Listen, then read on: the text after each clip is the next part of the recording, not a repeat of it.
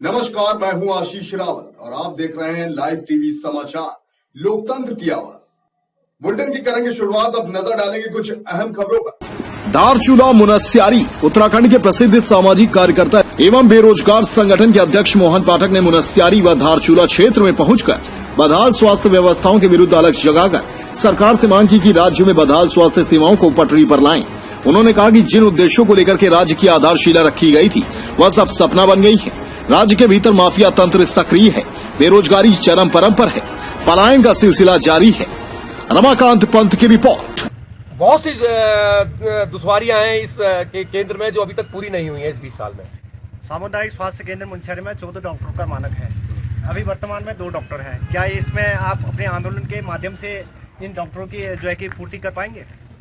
देखो, हम इस केवल मुनस्यारी अस्पताल में नहीं, हम तो पूरे प्रदेश और खासकर कुमाऊं मंडल के समस्त अस्पतालों में, सरकारी अस्पताल, चाहे वो सामुदायिक स्वास्थ्य केंद्र हो, चाहे वो आयुर्वेदिक अस्पताल हो, उस सब में मानक पूरे होने चाहिए।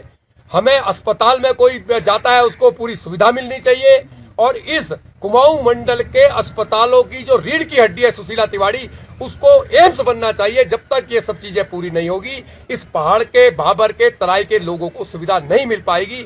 और रही बात पूरी करने की, जब तक स्वास्थ्य व्यवस्था जो मूलभूत सुविधा है, चाहे वो स्वास्थ्य हो, चाहे वो शिक्षा हो, चाहे वो रोजगार हो, उसके लिए हम लगातार संघर्षरत हैं और लगातार संघर्षरत रहेंगे। धन्यवाद। और उसके अलावा आप देख रहे हैं, हम इस पूरे पहाड़ में घूम रहे हैं, जगह जगह जहां जाओ सड़कें टूटी हुई हैं।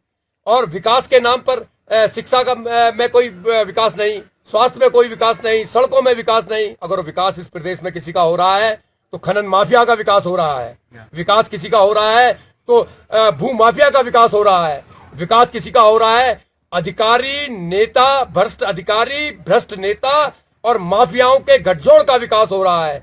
आम नौजवानों के लिए, आम यहाँ के भविष्यों के लिए कोई नीति नहीं बन रही है। ना रोजगार नीति बन रही है, ना यहाँ के काश्तकारों के विकास के लिए कोई नीति बन रही है, ना यहाँ के मजदूरों के लिए कोई नीति बन रही है, ना यहाँ के पलायन रुकने के लिए कोई नीति बन रही है। और नीति कुछ नहीं बन रही है। नीति बन रही है तो खनन की नीति बन रही है, नीति बन रही है तो पट्टे की नीति बन रही है, नीति बन रही है तो यहाँ पर ऐसो आराम के लिए घूमने के लिए नीति बन रही है। मैं कहना चाहता हूँ ब्यूरोक्रेट से, मैं कहना चाहता हूं यहाँ के नेताओं से, मैं कहना चाहता हूं यहाँ के भ्रष्ट जनप्रतिनिधियों से कि समझ जाओ, 20 साल हो गए हैं। मैं चेतावनी देना चाहता हूं इन 3 तरफ से घिरे हुए बॉर्डर क्षेत्र मुनस्यारी से, यदि हमारे पहाड़ के लोगों के मूलभूत सुविधाओं की अनदेखी होगी तो तुम्हें यहाँ से भगा दिया जाएगा।